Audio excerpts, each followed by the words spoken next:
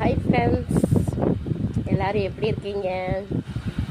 எல்லோரும் நல்லா இருக்கணும்னு நான் கடவுளை வேண்டிக்கிறேன். அடிக்கிற வெயில் எவ்வளோ ஜோராக இருக்குது, தாங்க முடியல. இந்த வருஷம் வெயில் எப்பையும் விட அளவுக்கு அதிகமாகவே இருக்குது. போன வருஷம் வெய்ய காலத்தில் ஃபோனில் எனக்கு காட்டின டிகிரி 35, 36, 37 வரைக்கும் தான் வந்தது.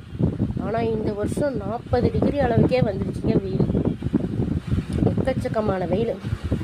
அதுக்கு காரணம் தமிழ்நாட்டில் ரோட்டில் இருந்த மரங்களை எல்லாம் கூட வெட்டிட்டாங்க. என்னை கேட்டால் இந்த மழைநீர் சேகரிப்பு திட்டமெல்லாம் வந்துச்சு, அதுவும் ஓகே தான். வீட்டுக்கு ஒரு மரம் வளர்க்கணுன்னு கண்டிப்பாக சட்டம் போட்டால் தான் நல்லா இருக்குங்க தமிழ்நாடு. கண்டிப்பாக இது ஒரு சட்டமாக வரணும்னு நான் ஆசைப்பட்றேன். எல்லா இடத்துலையும் காரை போட்டு மண் இல்லாமல் இது பண்ணி வச்சிடுறாங்க. மண் இருந்தால் ஏதோ ஒரு செடி கொடி வைக்கலாம், பிடிக்கலாம். காரை போட்டு அப்படியே வெயில இழுத்து போய் வெளியே காலை கூட சாயங்கால நேரம் கூட காலை வைக்க முடியல. அந்த அளவுக்கு வெயில் ஜாஸ்தியாக இருக்குது.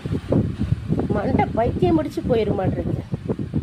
கண்டிப்பாக வீட்டுக்கு ஒரு மரம் வளர்க்கணுன்ட்டு சட்டம் வந்தால் மட்டும்தான் மரத்தை வைப்பாங்க மக்கள். நானே வெளியே செடி வச்சுருக்கிறேன், ஆனால் மரம் வைக்கணும்னு ஆசைப்பட்றேன்.